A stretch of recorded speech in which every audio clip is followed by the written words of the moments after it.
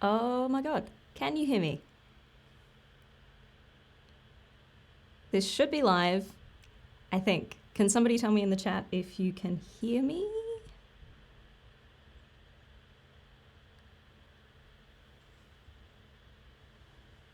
Hi.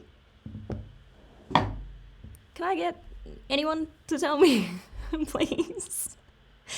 Can you guys hear me okay?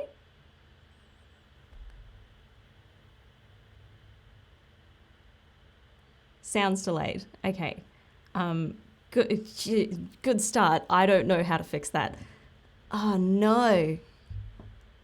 Oh no, don't say that. No. Okay.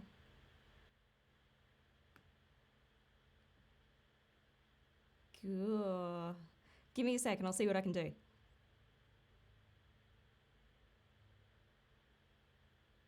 It's coming straight from the camera. So what if maybe I use audio from my computer?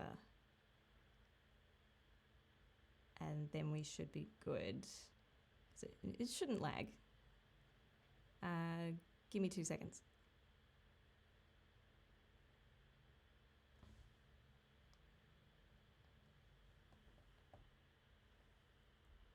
I don't have any audio playing in my room right now, so there is nothing on.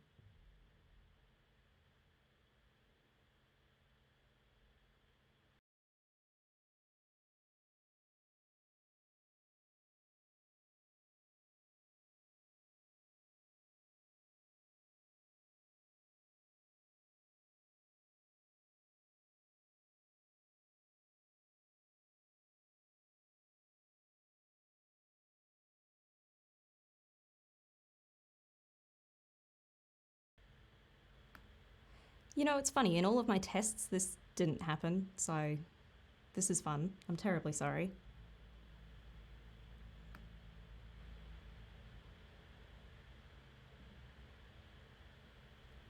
Is anyone stream savvy and could give me a tip as to what I'm looking at in Streamlabs to try to work this out?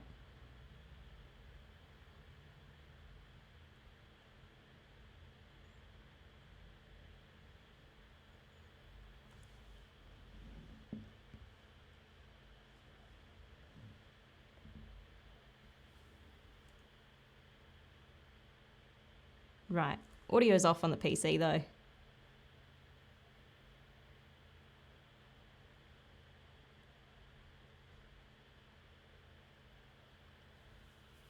Always something with these. Yes, well, I was hoping there wouldn't be something with this.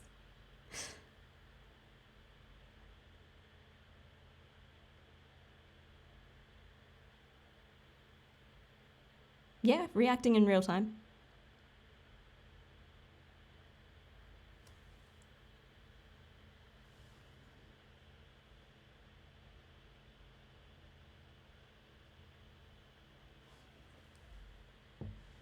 Hmm.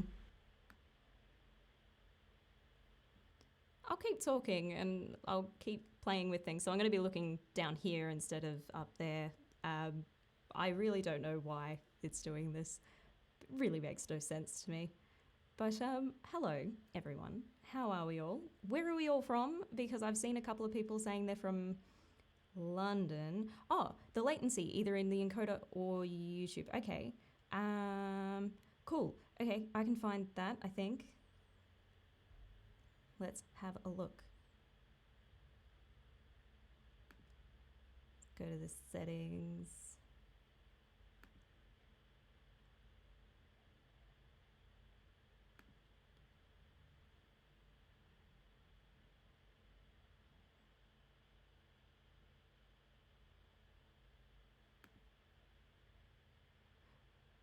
Where's the camera audio sync setting?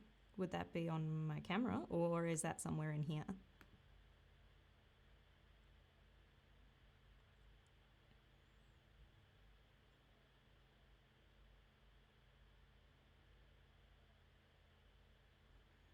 Rightio. Certain exposures. Hello. I have got the audio running directly from the camera. So it's going straight into the camera and then straight into my machine using a cam link.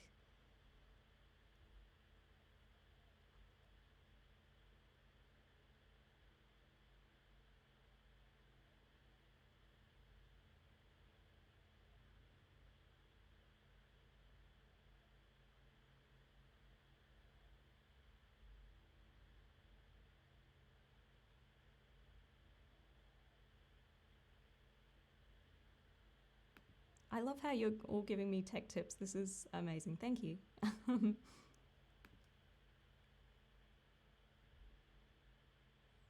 Okay.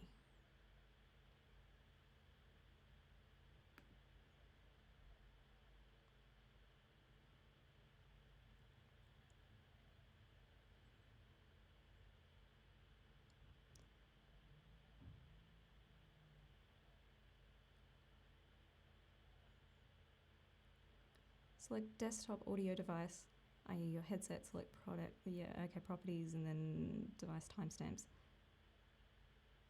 Okay. I'm so sorry, guys. I thought this would just work. Okay.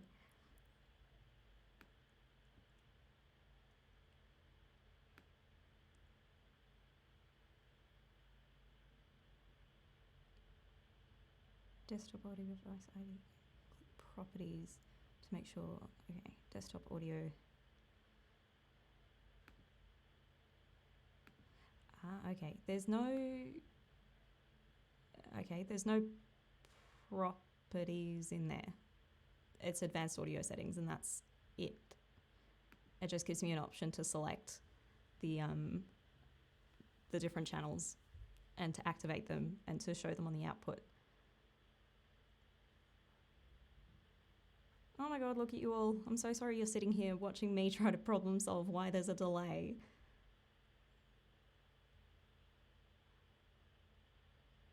Oh, that would be great if I did have a USB mic. I do not.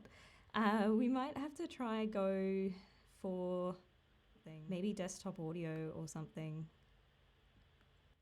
Is there a delay with this one? This one, I believe, is just coming directly from my laptop. It might sound worse, but is that better?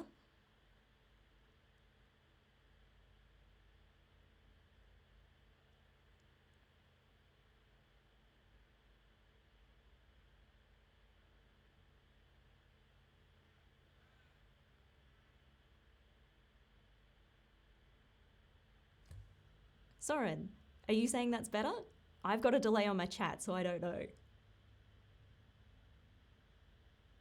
Perfect. Okay, great. So we're just going to have to deal with the audio coming from my laptop and not from the beautiful microphone above me. Hello, I'm so sorry. It's all sorted now. Great, cool. Hi, everybody. I'm going to scroll back through the chat because I know there are quite a few people talking and giving questions and stuff. So, oh my gosh, we have people from, okay, Phoenix, Arizona, Southern California, cool. London, it's really late where you are. Why are you here?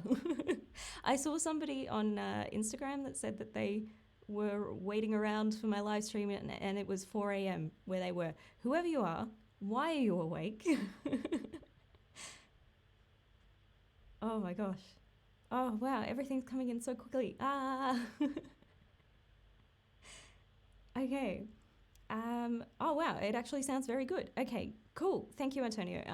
It's just my laptop. That's amazing.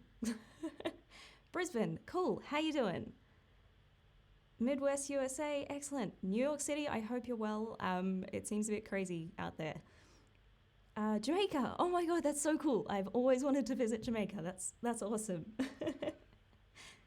Oh man, look at you all. Italy, 1 a.m. What are you doing? Go to bed. Troubleshooting, just as if we're on a shoot. Yeah, that's 100% right, Gabriel. 100%. Germany, lovely to see you, Soren. Rio, oh my god. You guys are from everywhere. It was so hard to choose a time to do this live stream because I didn't know what to do. I didn't know like what time would work for everybody, and it was just really difficult to decide. So it had to be fairly early in the morning for me, not terribly early, but I mean for me, because I like to sleep in, it is fairly early, and I've got my coffee and I'm sitting here and talking to random people who are staying awake at like 4 in the morning. Why are you awake? 4 in the morning is not a time. Thank you so much, Denny. Thank you very much. That's really nice. Ghana. Thank you, John. That's really lovely. Watching from Florida in Kuwait in the Middle East. Lovely to see you here. Thank you so much. Oh my gosh. Wow. Too many people. This is crazy. I didn't think there would be nearly as many people here, which is kind of nerve-wracking. Thank you so much, Antonio. That's really lovely. Oh my gosh. If you have any questions, throw them in the chat because I'll be happy to try and answer them. I've probably missed a couple in the time we were troubleshooting. Sorry about that. If you want to rewrite them, go for it. But yeah, it's a time, isn't it? It's so strange. This industry is very, very quiet at the moment. I haven't worked for quite a while, which is not nice, but I've been keeping busy with other things, and that's something I wanted to talk about maybe in this stream as well, is like different things that we can do to stay busy. I mean, I'm of the mindset where you don't have to stay motivated. You can take time off, and you don't need to keep doing things. You don't need to hustle. It's okay to take time. It's okay to take a break. Like you saw, I took a break, a week off just then. So you can not do things, but it's also nice to try and stay creative. So I thought maybe we could talk about a couple of different things that you guys are doing and things that I'm doing that will, I don't know, help you get through this time. Going through the chat, man, you're coming in too quick. Too many things. What time? It must be 4 a.m. in Germany. No, isn't it like 1 or 2? I don't know, somebody from Germany can answer that.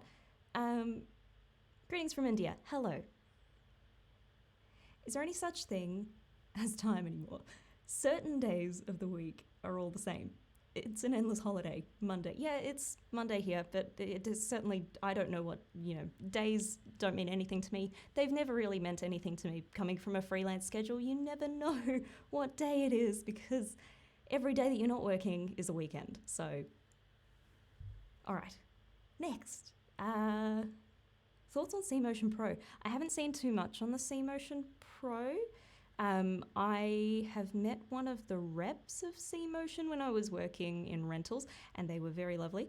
And I'm really interested in their products. They look incredible and they work amazingly.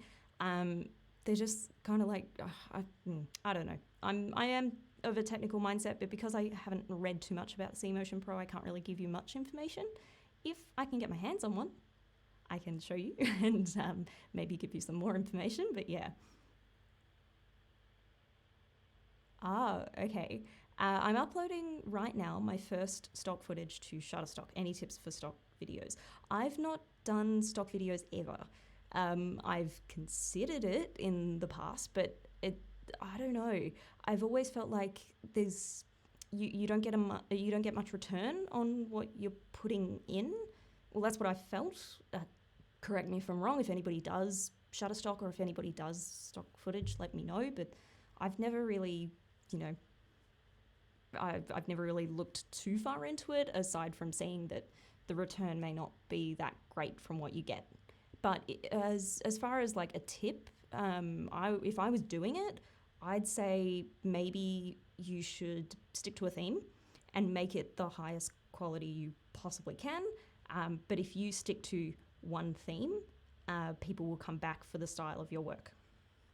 That's my tip. Where are we? C-Motion Pro. Please do those one scene setups. Yes. Great. Oh, I'm so glad that helped you, Antonio. I will do more of them. I've got a list of them.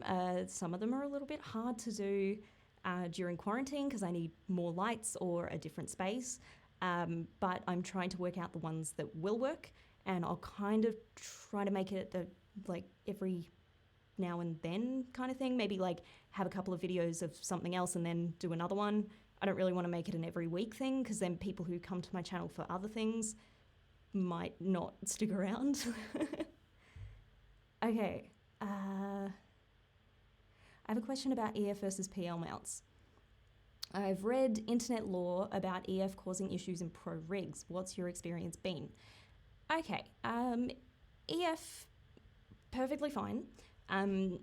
There are things, the one issue that I've found using EF lenses in a cinema way or on a cinema rig, sometimes you get movement in the lens mount. That can be a real issue. So when you're pulling focus, you can see the movement in the image. The lens is pulling against either the focus wheel or the remote focus. That can be a real issue. But it's, I don't know. I would prefer PL if you're going cinema, but if you really can't afford it, I mean, EF is totally valid. Like, you can, I'm of the mindset that you can shoot anything with anything, but you have to manage your expectations. And that's the one thing that I would think you'd have to manage, is you'll have to put up with the fact that there might be that slight image movement if you're using an EF lens. The other thing is you've got to make sure that if it's a stills lens, it's declicked. So if you're changing the aperture mid-shot, it won't be a smooth movement. It'll be kind of jagged because you've got to scroll through it and it will just click, click, click and open up. So that's another thing you've got to keep an eye out for. But yeah, I mean, I'm always of the mindset, do as best as you can, but given your budget, just manage the expectations that you've got. Not a question. Not a question, but the other day, a friend of mine said that your logo looks like a guitar pick. It does. It does kind of look like a guitar pick. It's not, though. It's actually, actually, I don't know if I've actually said this on my channel. It's my favorite lens. It's the aperture blades of my favorite lens. That's what it is. It's a Zeiss standard speed, the 16mm kinds. They're my favorite lens. Well, actually, no. I've got a really soft spot for Cooke lenses, but the Zeiss standard speed is one of the first lenses that I used, so yeah. I have a question. Is it worth checking the used market for 4x6.5 filters? I kind of want to invest in these filters that will last a while, but I can't afford to spend $400 a filter. I agree with you. So yeah, I think it's definitely worth checking the secondhand market. Just make sure that the quality of them is really nice. What I would recommend as well sometimes is having a look at rental houses, because sometimes they will have a high turnaround of their filters. When they get scratched and damaged too much, they can't sell them on. So if you're okay with having something that is beaten up, then that's okay. You could ask them to see if maybe they'll sell it to you at a discount, just to get rid of it, because they'll want to get new ones anyway. That's a good option. But yeah, highly recommend investing in that sort of stuff, because that's something that you can keep for future rigs as well. So you don't necessarily just have it for one system, you can have it for the life of your career and it will still be valid. Okay. Whoa, I lost my place in the chat. Oh, here we go. 2 a.m. There you go, it's 2 a.m. in Germany. How's the Making a Short project going? Okay, Colin.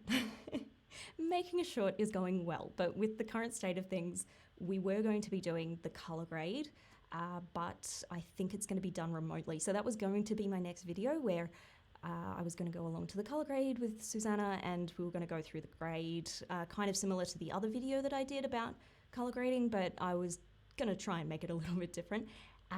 But yeah, I don't know when or how we're going to do that with the current state of things. It might just have to be that I maybe do a video on how we're doing it remotely. I'm not sure, but we'll see how we go. It is a work in progress and everything's kind of up in the air at the moment. Okay. What's your favorite camera to work with? Okay, Christine, my favorite camera to work with is, oh man, it really does depend on the project, I guess. But if I were to have my way,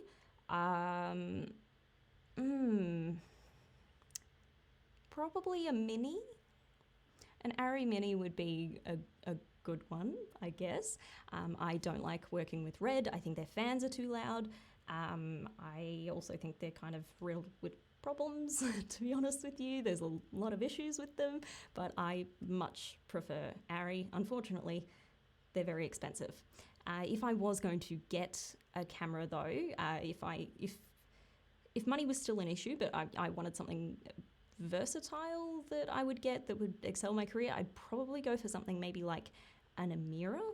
An Arri Amira would be a good stepping stone, so it could be used for future jobs, it could be used for commercials. It's a very high quality camera, but if a project has the budget to get a camera, then they're going to hire a camera. So if they hire it off me, they could get it for cheap, but if they hire like something like a Mini, then they've obviously got the money for it, so I'd let them do that, if that makes sense.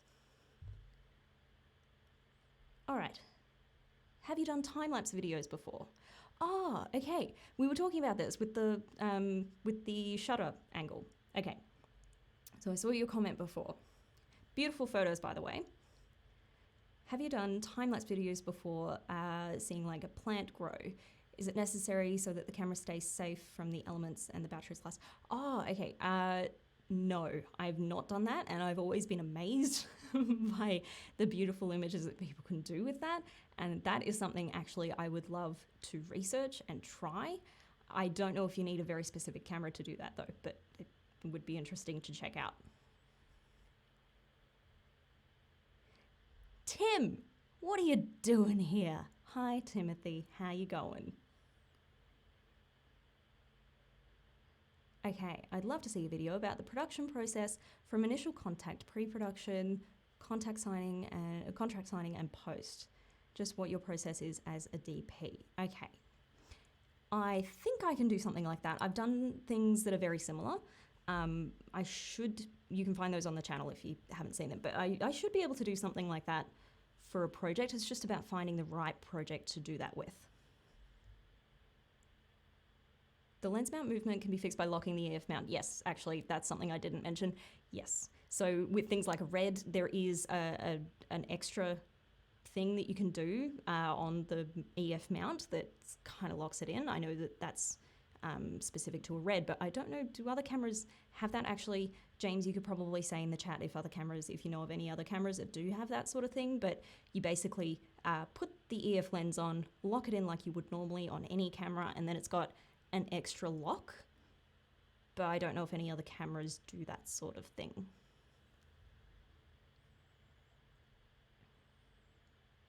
Yes, I agree, Jamie. Actually, if you're making stock video, please don't over edit or grade your footage. Yes, 100%, 100%.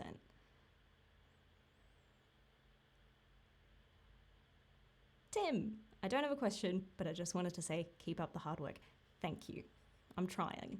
I'm really trying.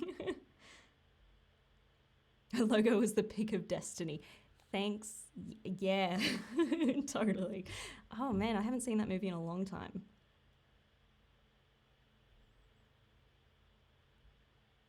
Hello, Tiago. Is that how I pronounce your name?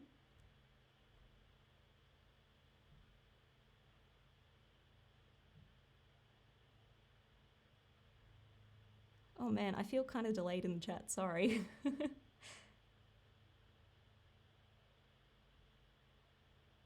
Yeah, I think I will be kind of amazed at how this sounds, considering everybody seems to think it sounds amazing. Thank you. The best, okay, so I can't join a filmmaking school. What's the best website to study filmmaking online? Ooh, it's a bit hard to study filmmaking online, to be honest. It is kind of a hands-on thing. That's a really tough question. I suppose like there are lots of things you can learn from YouTube. I'd be kind of skeptical about taking everything on face value, like even my stuff. Like you've got to go out and do your research. Like I may have said something incorrectly by accident, and I might be completely incorrect, but you've just got to go out and view multiple sources and then find the best middle ground, or just really put in the research to it. But I mean, yes, YouTube is an option. There's also things, depending on what you want to do, things like the that masterclass series. You do have to pay for that, yes, but that's something you could do. And I think they've got a deal going on as well where you can buy one subscription and you get another one for free, so you can pass one off to a friend. That's another option. I don't know. Does anybody else have any ideas about other places online that you can learn filmmaking, minus YouTube, if you can't go to film school?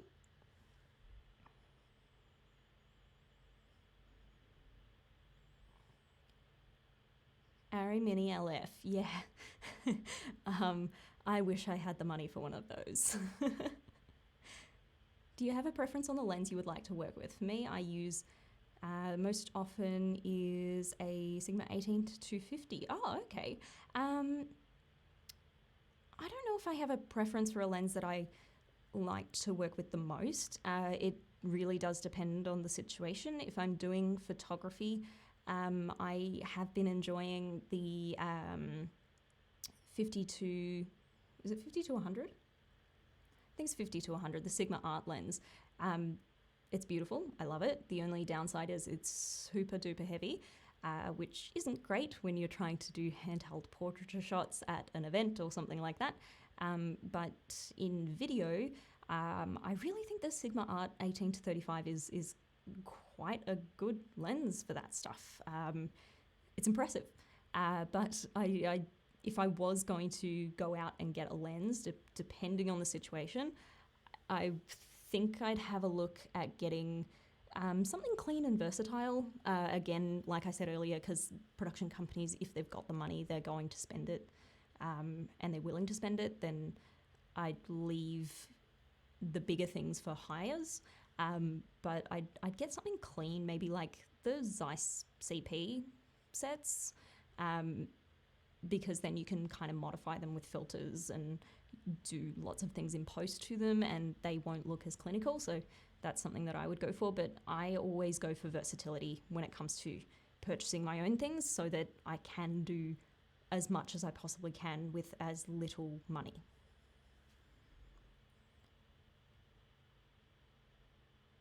I have a Blackmagic Pocket 4K. I almost can't handle manual focus, wondering what practice I can do at home to be better at it. Go out onto the street, pick an object that's walking towards you, and it's gonna feel weird, but try and just track them. Just try and track them with your focus wheel, or just your hand on the barrel. Just try and track their movements. You can do it with birds, you can do it with people, you can do it with cars. Probably best not to do it with people, because people might think you're a little bit strange doing that and pointing a camera at them, but try.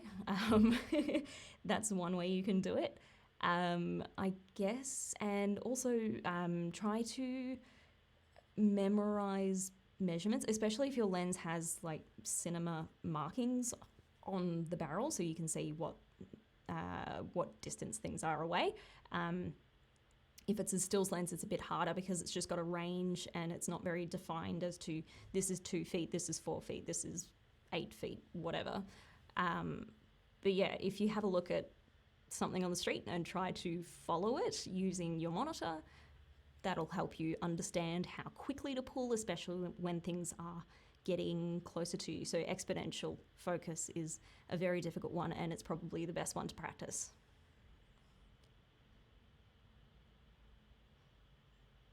Thanks for all the content you upload. Thank you so much. Thanks so much for watching, and thank you for 7K. I didn't expect it to get to that. Hello, everyone. Oh my gosh. Oh wow, it's already 10 o'clock. It's already been half an hour of this. Oh my god.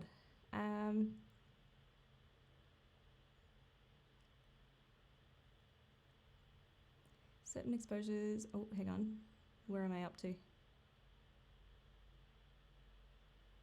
What do you use hardware and software wise to manage your data from before the shoot to after post? How do you manage your project's data? Okay.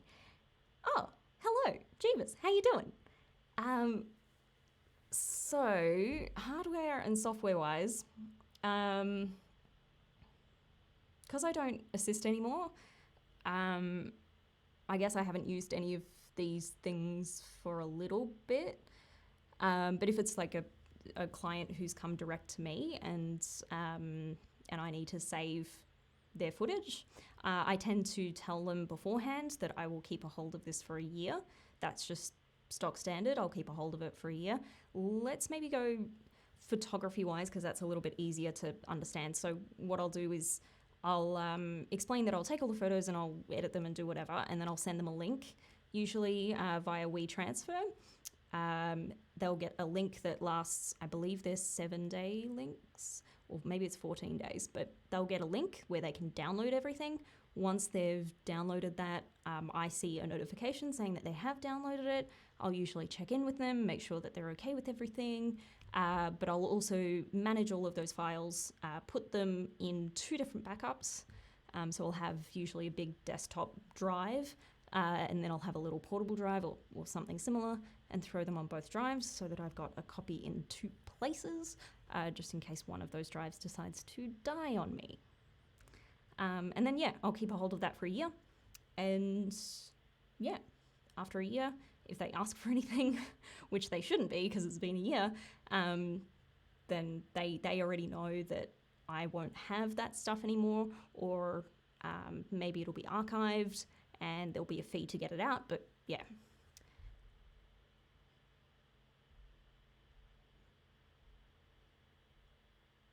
But actually, managing project data, let's go back a little bit. If it's video and stuff, I had used Shotput Pro in the past, and I found that to be a really good checksum program. Otherwise, I did do a video on data wrangling. It's quite old though, but what I do as an AC is I make sure that I've got a good enough setup to plug in multiple drives at the same time, so it's just nice and quick and easy to get all the footage across to the backup drives. But I always recommend to productions to have at least 2 drives, so one as your primary rushes drive and then one as backup. Some people have 3 drives, which is even better, but yeah.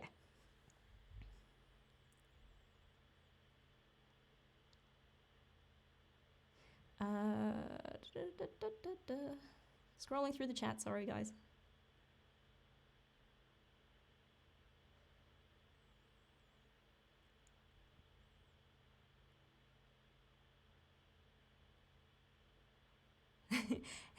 I feel like those who do stop motion films, like with Lego, are the few who can work during quarantine isolation. Yeah, kind of that, and post-production, because there's always a lot of post-production, and I found that a lot of people are actually doing more things with stock footage now. So there are production companies who have just said, okay, we'll set up a thing where we can just use stock footage to make a video for you. Interesting way to keep work coming through. Yeah.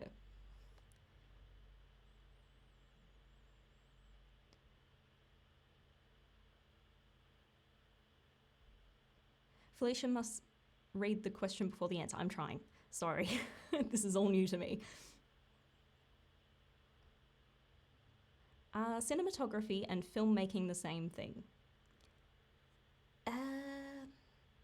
Yes and no. Cinematography is a specific part of the filmmaking process. When somebody says they're a filmmaker, they could be anything. More often than not, if somebody says they're a filmmaker, they are doing a little bit of everything. But cinematography is solely looking at the image and the technical aspects of how to achieve a certain look, and all of those skills that come with communicating how to light something, or knowing how to light something, and knowing how to frame something. There's a lot of overlap in filmmaking as well. So the director also does obviously have the input too, and the DP has the input as well, and they kind of work together and work out what's best for the image. Yeah, that communication should be open. How do you shoot dark scenes without getting grain? with great difficulty. Especially in red cameras. I know the basics of avoiding grain, but I'm confused with the relationship and shooting dark scenes. Good question, Christine. That is, it's a hard one. Now, red cameras well, it depends on which one you've got. The older ones that I've used, like the Dragon, have had a really hard time doing anything dark, but the newer ones seem to have a little bit of an easier time. Especially, is it the Gemini that has 2 base ISOs? That seems to be pretty good, but anyway. What would I recommend? I'd recommend trying to keep your ISO as low as possible, but with a red, if you're shooting raw, you're able to change that in post anyway, so as long as you know what you're monitoring and what you want to do in post, then that should be okay. There's nothing wrong with putting a denoiser on it in post, provided that you factored in the time and the effort, and that it doesn't turn into plastic by using this grain removal. Oftentimes what I've seen being done is you use a grain remover, so you use a noise reduction, and then you add in a soft grain over the top. That's just one way to control it, I guess. From a post perspective, there's probably a better way, but that's one way. It is incredibly difficult not to have noise. And I think it's just a given that you will have noise in a shot if it's a dark scene. And nobody really cares as long as there's no real heavy artifacting in the shot where there's big blocks of grain and colour, but nobody really does care. I'd also think about the relationship between the shooting, the light ratios that you've got. So making sure that you've exposed something correctly in the shot, whether it's, it doesn't necessarily have to be the actor's face. It could be behind the actor or behind the object that you're shooting that you've exposed correctly, which gives an outline to what you're shooting in the foreground, if that makes sense, because you don't necessarily need to light the subject because that could look too lit. You could light the space around the subject to allow yourself to see the subject in a different way. All depends on the situation, I guess.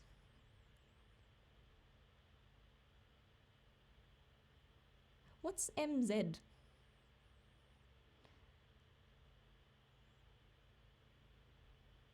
I've been sort of skimming the chat, so this this might sound weird.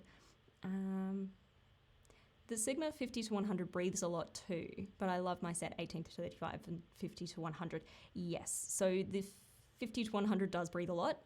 It's actually on my list of purchases that I regret, to be honest. Even though I love the way that it looks, the breathing on it is ridiculous. I tried to use it for a music video, which I was going to do a video on this channel about once it was released, but that hasn't happened yet. But the 50 to 100, we used it for a couple of shots, and my assistant was having the worst time trying to get it to work because every time she was trying to focus, it was breathing so much that she couldn't tell what was going on.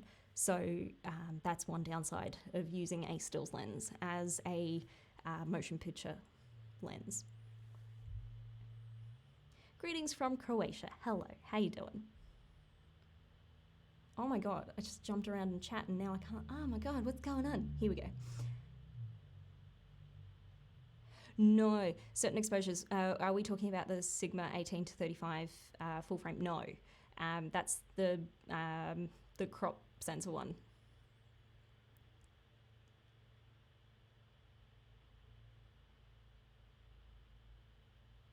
Hollywood Camera Works. They have 2 good courses on directing and camera blocking.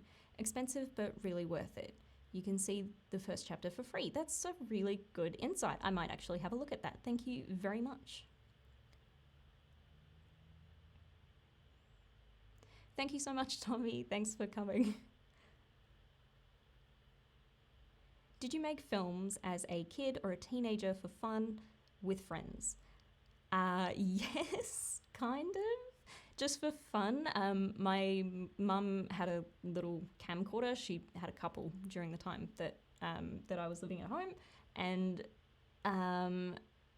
Yeah, we did kind of do that. So like birthday parties and stuff, we'd um, reenact different movie trailers and make funny little videos about them, I guess, or film ourselves doing stupid shit. Um, can I swear on this? Too late, it's already happened. I don't know. So yeah, we do things like that. And then in year 12, so I was 17, um, I was doing media, and I was one of two people that decided to do a film. So my brother, my dad, and one of my friends came out, and we shot a short film in the forest behind my house. So yes, I did make little videos, but not when I was a kid, more when I was a teenager.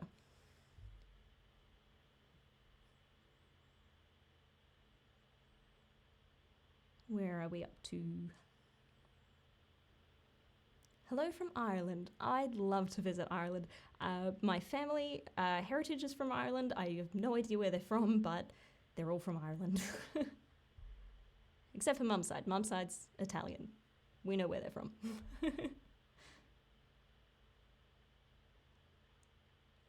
Hello from Singapore. Hello, how you doing? I wasn't impressed with the masterclass. It was more about famous directors telling stories than any specific instruction. You know, yeah, from looking at their trailers, it does kind of seem like it's more for entertainment purposes than educational purposes. But I really don't know because I haven't looked too far into it. But surely there's some sort of insight. Have you actually, I assume you've actually done one, or? Yes. James, manual focus is easier with lenses that have long focus throws. Yes, 100%. 100%.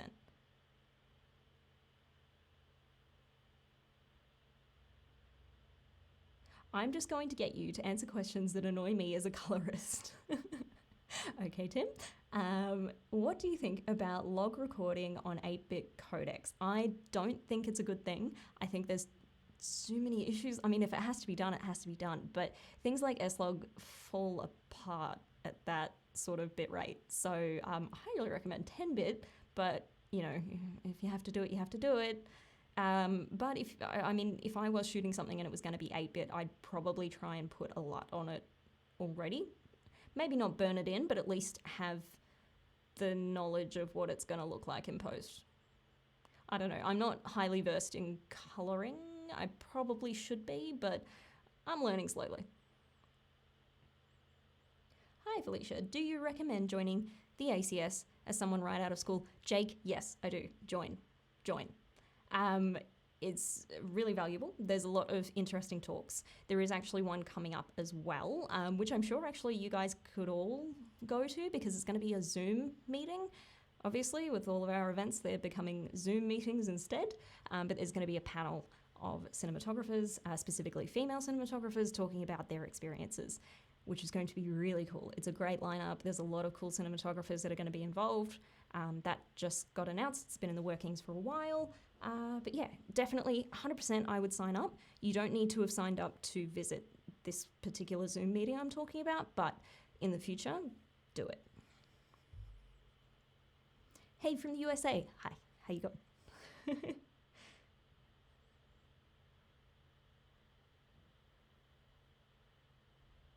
NYCAC here. First off, I'd like to thank you for this knowledge you've shared with us. Has definitely been great help for jobs I've been getting as a first or a second AC. We'll ask a question in a bit. Hello, thank you so much for coming along. Do you like using electronic tape measures? Yes, I do. When I was an assistant, it was just so easy to pull it out and put it up next to the focal plane and get a pretty accurate reading. Sometimes they're not super accurate, sometimes they're not calibrated completely right, but it's very helpful if you're in a rush and you just really need to quickly get a measurement. Do some product commercial videos for local shops. Yes, I think that's a great idea, James. That is a really good idea.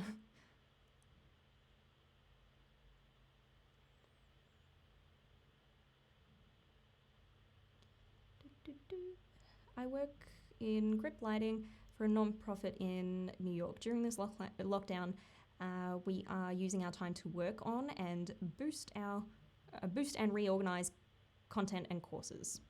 Good plan.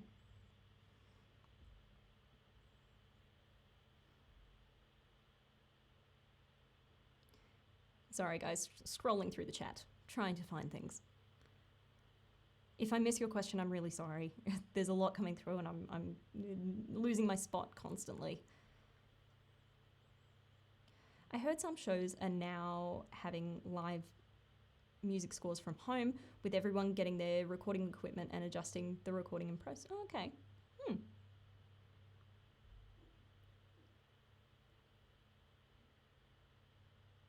Will you be continuing to make educational series videos in the future? Yours are a great insight. Thank you so much, Daniel. Yes, I will be. They'll be scattered here and there. I try to keep a balance of what I do on this channel. So sometimes it'll be something educational. Sometimes it'll be a process, like showing you what I'm doing, like the recent one with the lighting setups, and showing series like the how to make a short series from start to finish. Yeah, I do think that I will be doing that, but it will be scattered. I try to keep things balanced.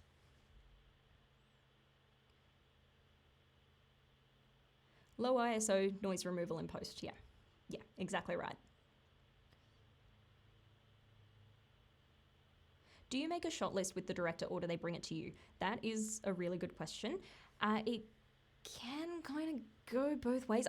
What I do in the initial meeting with the director is I ask whether they're a storyboard person or a shot list person, and then I also ask whether they would like me to be present while they're working out storyboards and shot lists, or whether they would like to go away and do that themselves and bring it back.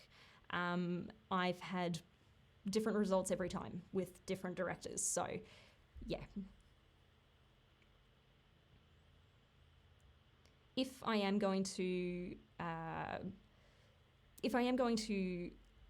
look at a shot list after the director's done it, I'll probably I don't know.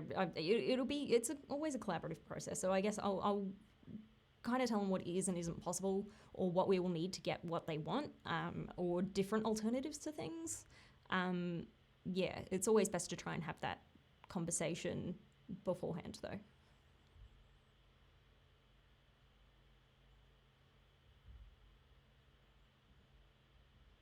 I know in the old days they would shoot dark scenes in daylight and use filters to shoot dark scenes.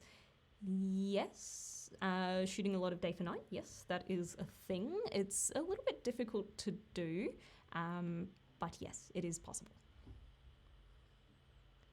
If you're shooting scenes dark enough, that noise is becoming a major issue.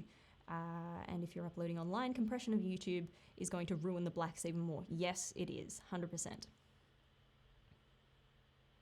Neat video is magic, though. Oh, MZ is like masterclass. I'm so delayed. I'm so sorry. Yeah, anyway. Oh, I discovered and subscribed to your channel after the collaboration you did with PJ May. Hello, welcome, thanks for sticking around. Our channels are a little bit different, aren't they?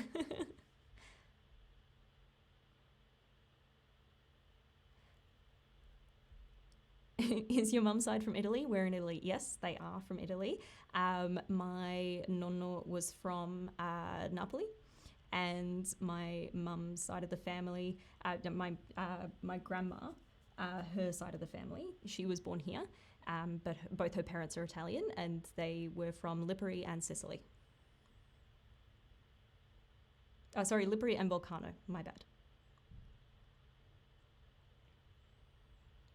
Congrats on 7K subs. I love your videos. Thank you so much.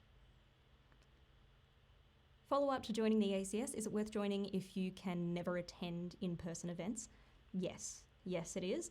I'd highly recommend trying to attend any events that happen in your state, but or I would also recommend it because you do get the AC magazine, which runs through current productions that are happening all around Australia, and kind of gives you insight into little things that the DPs do. It's similar to the AC mag, the American Cinematographers mag.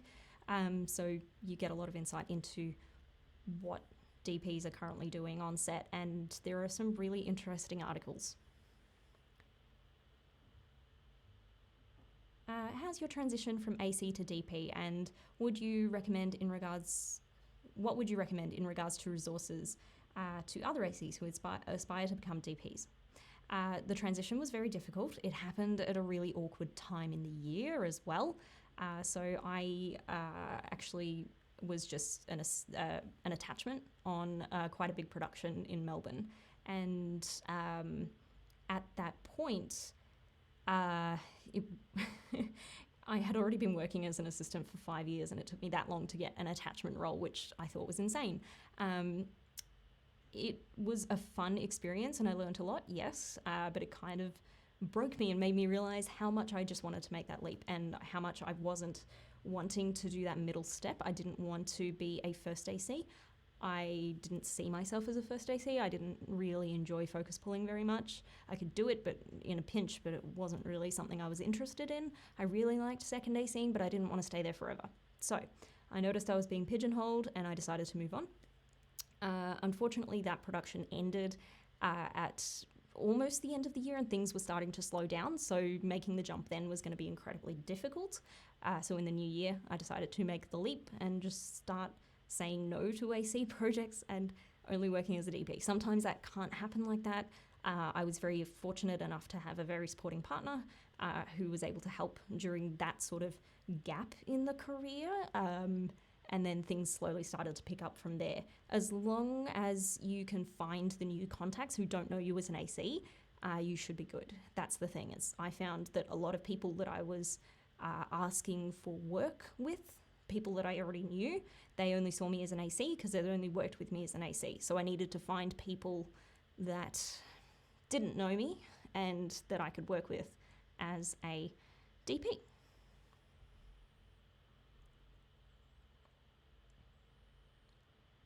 Oh man, I feel like there are like questions. Oh my god.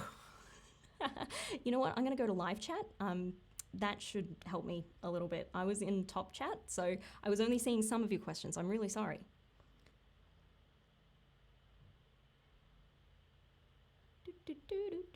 Scrolling through. Scrolling.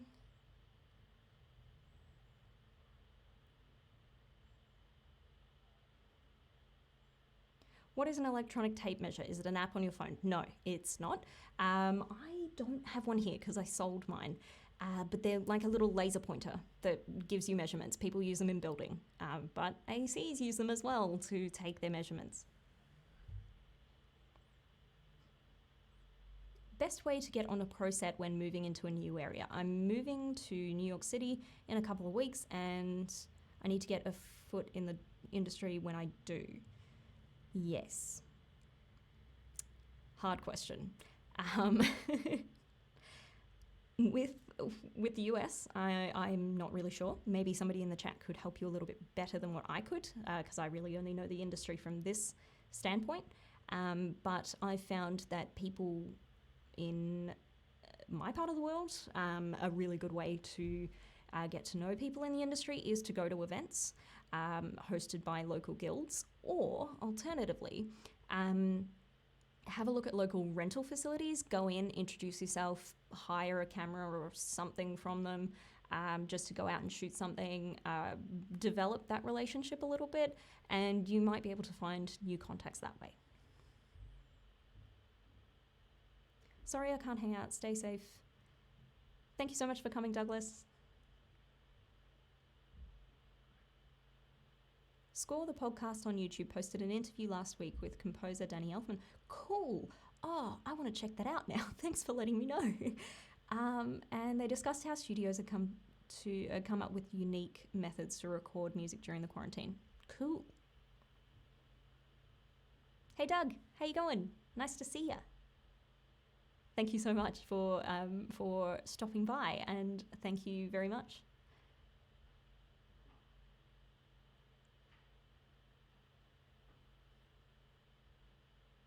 What working methods have you had to change during quarantine?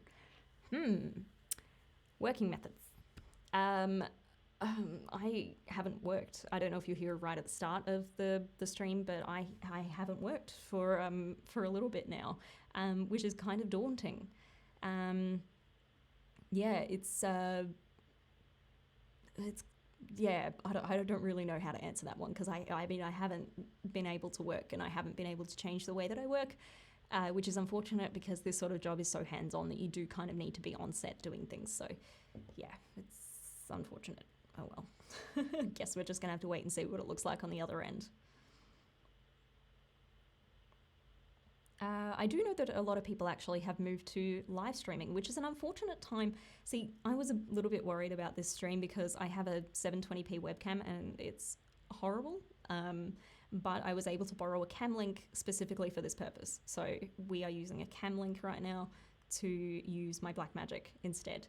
I'm so thankful for that because I really didn't want to shoot this on a potato, so yay.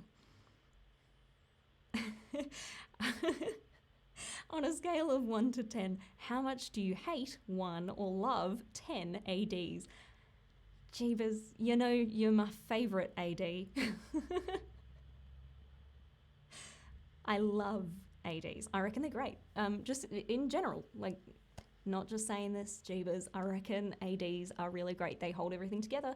And yes, they might be a bit abrupt and harsh sometimes. And yes, you might need to stay on their good side, but I think it is possible to stay on their good side. A lot of people kick up a lot of fuss about ADs being so pushy and bossy. And there's definitely a right and a wrong way to AD. And being overly pushy and bossy isn't a good way to do it, but I still think ADs are really amazing people to have on set. They just push everything along, they make sure you're on time. Otherwise, let's take for instance actually a music video that I shot. We didn't have an AD. It was a very, very, very small crew and there was quite a large band involved. It was very difficult to keep to time. We had one scene that we were starting with in a bedroom, and we spent a long time in there and didn't realise how long we had spent in there until it was done. And then we looked at the time and thought, well, we're really behind now. If we had an AD, we probably would have got it done a lot quicker.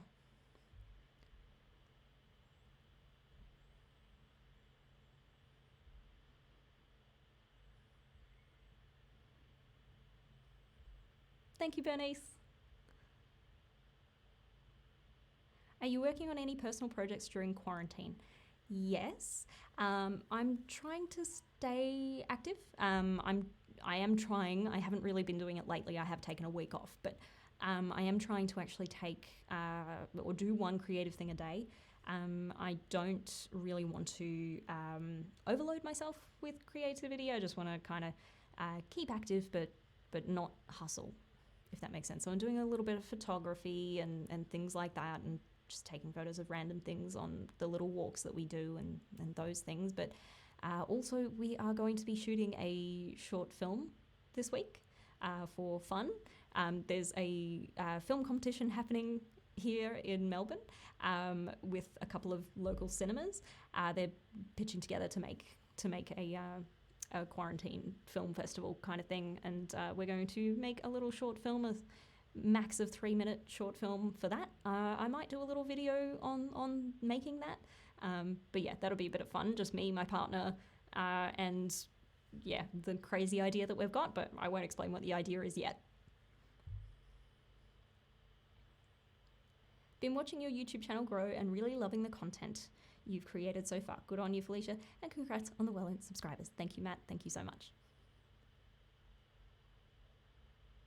What are the considerations for choosing what lens to shoot on for a project? Good question. I was actually going to do a video on this.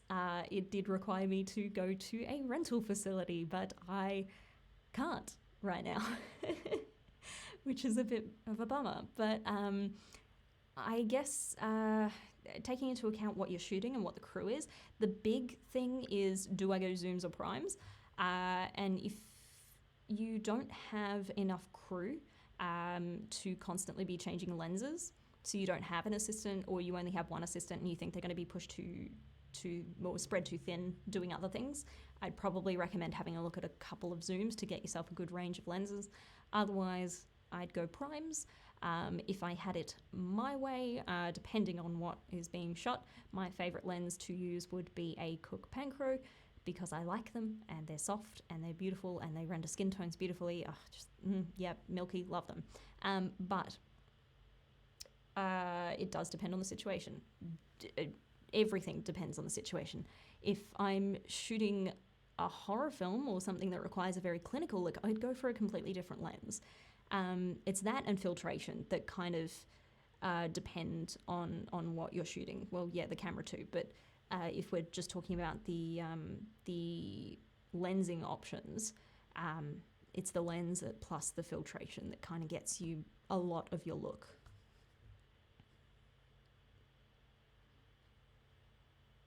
Off to bed, 1:30 a.m. here. Yes, go to bed. Thank you so much for coming.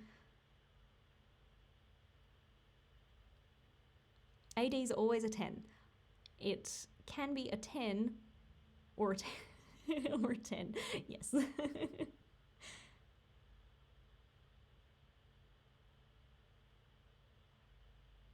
I feel like now would be a good time to record a documentary on how stores are changing, how they function during quarantine. That could be really interesting. Oh, sorry, a 10 or a -10. Oh. Jeebus, I don't think you slip into a -10. I think you're really good. Being a -10 is what gets the job done. Yeah, okay. Oh dear. Yes, I know, Jamie, we can be a real handful.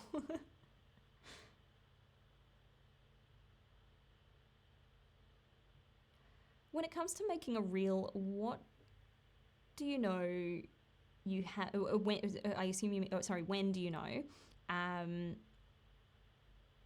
that you have enough projects to meet a quality reel? It depends, Kyle. I haven't made a reel for this year because I don't feel like I have enough variety, and that's the thing that people kind of look for. So it depends on how much of each category you've got and what sort of jobs you're trying to pull in. So I tend to not put my corporate work onto my reel because that's not something I want to go towards in the future. I want to go towards more creative and more commercial work. So I try to put that stuff in my reel. And when I have a good maybe 6 or 7 projects that I can splice together into a max of 2-minute video, then yes, I will start to edit that together. Right now I haven't got quite enough with the slow start to the year and then the COVID stuff happening, so I've had to kind of wait and put that off a little bit, but I'm thinking of doing a couple of spec ads and then putting those in instead.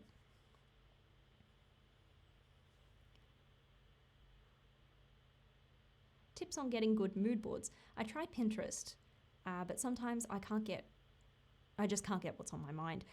I agree with you, Kashi. Actually, I don't have a suggestion for you, unfortunately, because I'm in the same boat as you. I try Pinterest and I can't really find anything. I try to look at online art galleries and see if there's anything in there that kind of, piques interest. Have a look at Instagram, but I can never sometimes find exactly the right things. If anybody has any suggestions for us both, please pop them in the comment section. Oh man, we're going overtime. I hope you're all okay with that. I'll stick around for maybe 10 more minutes. I don't know how slow this chat is, so I'm just going to check on my phone and see where we're up to here. Okay. Where's the chat? Oh, this is fun. I can't even see the chat on here. Okay, right. Okay. I'm going to take this hat off now. Ugh. It's warm enough in here. Question. What diffusion filters have you used on set? Do you prefer Cooke lenses? Do your preferred Cooke lenses allow you to forego diffusion? Yes, with Panchros, yes. I believe that they do. Again, depends on the intensity of what you want. I've worked on a couple of jobs where we've wanted really heavy filters, and we've used a lot of white pro mist filters to get that sort of glowy halo effect. I really like Glimmer Glass. I think it's a good midpoint if you really want that. Well, it is just bits of glitter in a piece of glass, so you're going to get a really glittery, halo-y effect around light sources, which is really beautiful. I've also been on sets where the particular actor that is there requires certain filters to be used, which is very interesting. Totally valid too, but yeah, very interesting to be like, okay, I know this person is in frame, so we need this sort of filter, which is really cool. But using black pro mist, white pro mist, Glimmer Glass. What other ones are there? There's one called Hollywood Black, I think, or something like that. I think I may have used that once. Not personally, but I've been on set where it's been used and it was quite interesting. What else have we got? Can you learn about different types of lens looks online, or is it something you have to see in person to understand? Bernice, it is kind of something you have to see in person to understand. You can see videos online using different filters and different lenses and doing different tests with them, but you kind of have to take it with a grain of salt because YouTube and Vimeo and these sort of things, they compress the image a lot. So you may not be getting a completely accurate representation of what it's doing.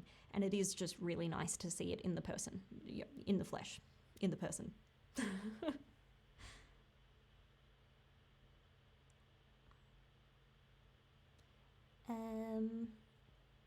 Where are we? What are you doing to save money during quarantine? Only using money on things that are required is about the only thing I can do right now. So there are a few things that our government is doing to try and help. Unfortunately, there are a lot of people who are falling through the gaps, and I think that's kind of a trend worldwide. There's a lot of people that are falling through the gaps of whatever programs your government has in place. I don't want to turn this into a political argument, but our government has put a lot of effort into trying to cover people. Not our current elected government, but the Labor Party has tried to help along people who are missing out. But the party in power obviously has not listened to that. I'm not going to turn this into a political post, but yes, there are things out there that are happening behind the scenes that are helping, but they're not helping everybody, which is unfortunate.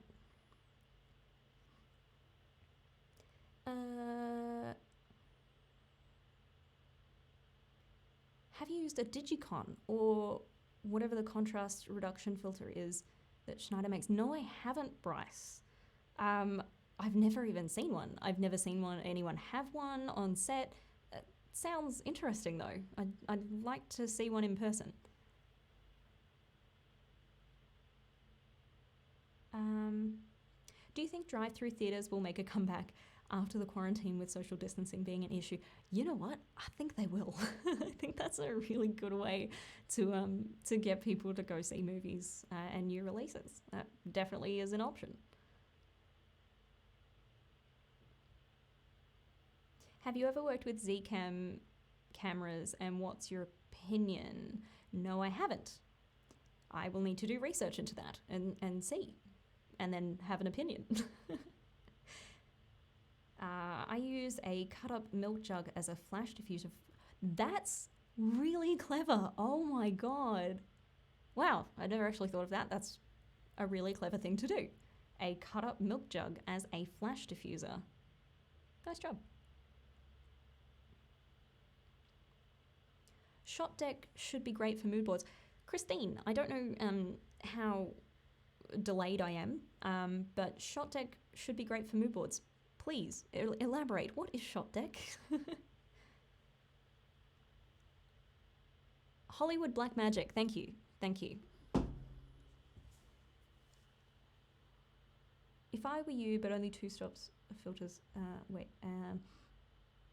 Sorry. If you were to buy, I'm so sorry, Kyle.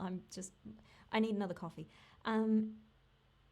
If you were to buy only 2 stops of filters, quarter or half, what I mean is, should I buy 2 quarters or a quarter and a half? Okay. It depends on what lenses you have, because then that determines what strength you want to use. That also, the situation is also dependent too, in terms of how intense you want it to look. But if you just want it to look fairly natural, you'd be basing that off your lens choice. If you have a lot of a wide range of lenses, I'd probably go somewhere mid. I'd probably get a quarter and a half, to be honest with you, because that would probably be the most used. You may even go down to an eighth, to be honest, but quarter and a half is a good start. I wouldn't go any thicker unless you really, really, really wanted to go that way.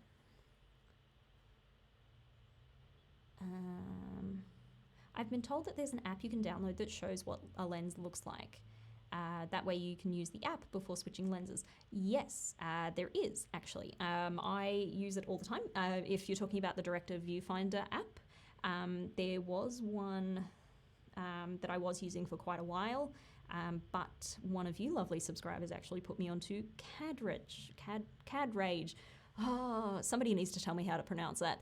I'm pretty sure it's CAD-Rage. That is a really good option to see what your camera, you can select the type of camera you got and the type of lens you got, and the field of view will show up on your phone. So you can kind of roughly see where you're going to put your camera before you even place it there.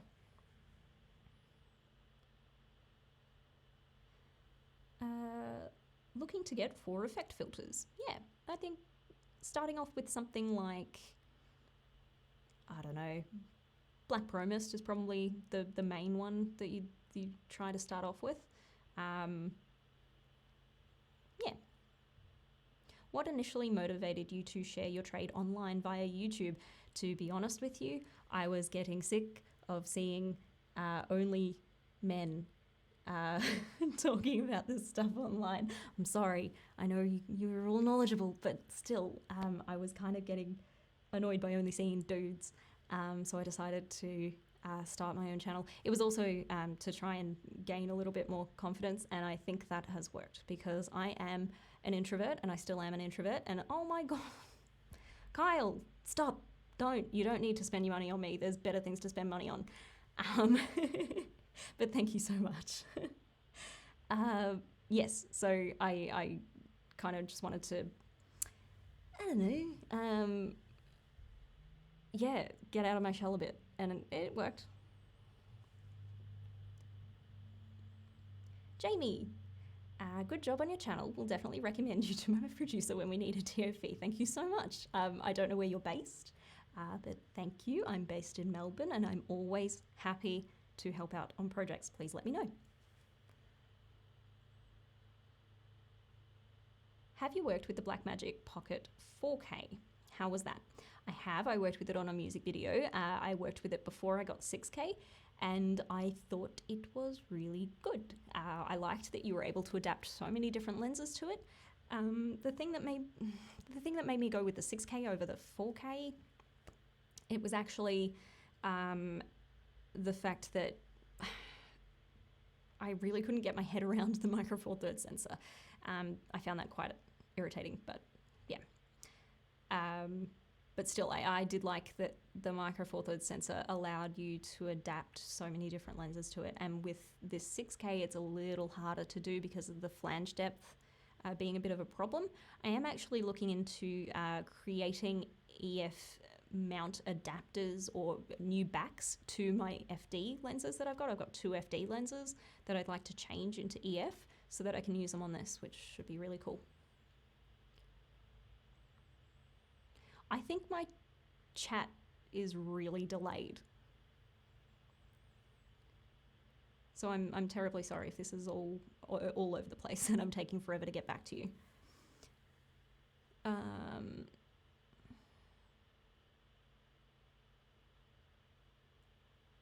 I use a lens app called Cine Lenses.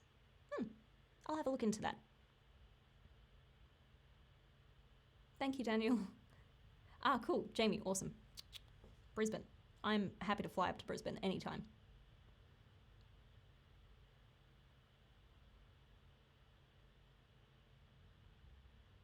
ShotDeck is a huge online database of high-quality movie stills with a bunch of tags to them. You search for what you want, lighting styles, moods, frame sizes, etc., and it gives you related stills. Christine, oh my god, I'm writing that down.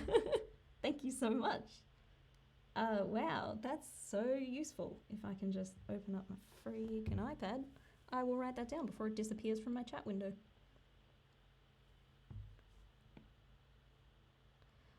Shot deck. Yeah, I'm totally using that next time.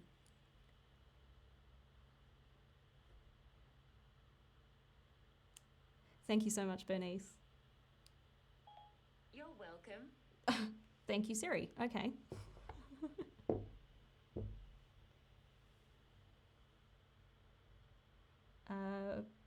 For what it's worth, I really appreciate your perspective. You provide, as somebody who has worked their way up in the industry, lots of YouTubers are just dudes with cameras. Yes, lots of YouTubers are just dudes with cameras. There's quite a number of good nuggets out there that are just like people like me who have worked in the industry and understand the industry, whereas a lot of them are people who are self-made and all power to them, but they don't have the insider knowledge to back it up, I guess. But I mean, they still have valuable knowledge, but yeah, you're right.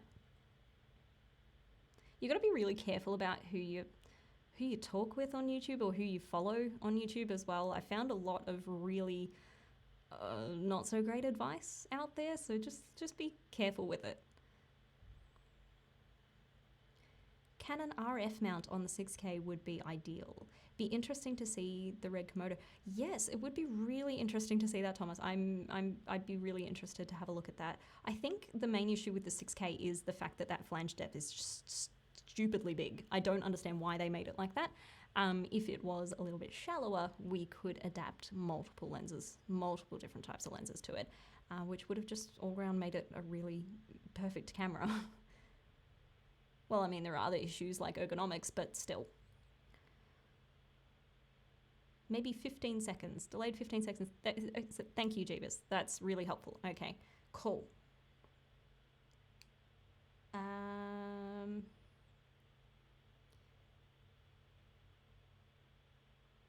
Not many others on YouTube offer this level of insight into life on set as a DP or AC. Yes, I agree. Thank you, Bryce. Filters I use most is a polarizer and a graduated... okay. So do you do a lot of... Myth Dusters, do you do a whole lot of like landscape photography and things like that? Do you use the filters for that? Fly out to Seattle. I wish. I'd love to come to Seattle. I think Seattle would be a really pretty town to visit.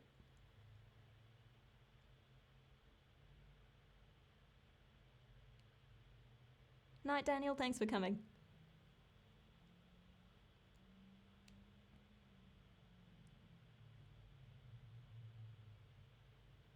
Lawrence Scher is one of the founders of ShotDeck. Cool.